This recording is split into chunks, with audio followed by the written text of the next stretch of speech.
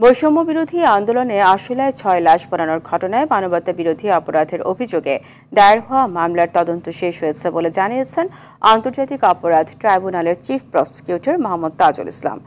এটি প্রথম কোনো মামলা যার তদন্ত সম্পন্ন হলো বলেও জানান চিফ প্রসিকিউটর।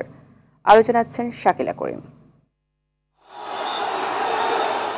৫ আগস্ট ২০২৪ ছাত্র আন্দোলনে বিজয়ের দিন। এদিনও আশুলিয়ায় নিহত হন অন্তত ৩১ জন। চারদিকে স্বৈরাচারের দেশ ছাড়ার বিজয় উল্লাস। এরই মধ্যে সামাজিক যোগাযোগ মাধ্যমে ছড়িয়ে পড়ে মর্মান্তিক রোমহর্ষক এক ঘটনা।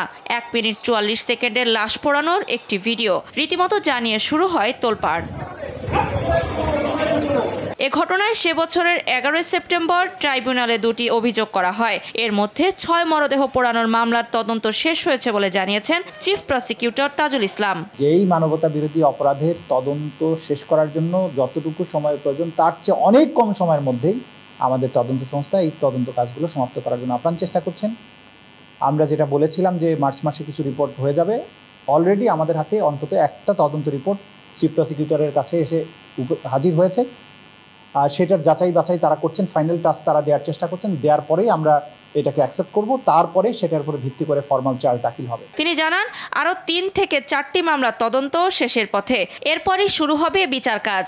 আমরা আশা করছি ঈদের পরপরই আরও ৩-৪টা মামলার তদন্ত রিপোর্টও আমরা হাতে পেয়ে যাব, অর্থাৎ চিফ প্রসিকিউটর অফিস হাতে পেয়ে যাবে। আমাদের কাছে যখন এসে পৌঁছাবে আমরা সেটা পর্যালোচনা করে তখন অভিযুক্তদের বিরুদ্ধে আনুষ্ঠানিক অভিযোগ দাখিল করব, অর্থাৎ ফর্মাল চার্জ দাখিল করব।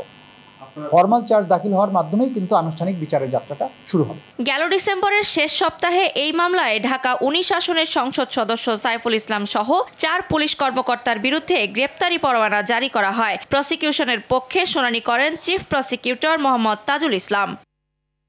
শাকিলা করিম, RTV, ঢাকা।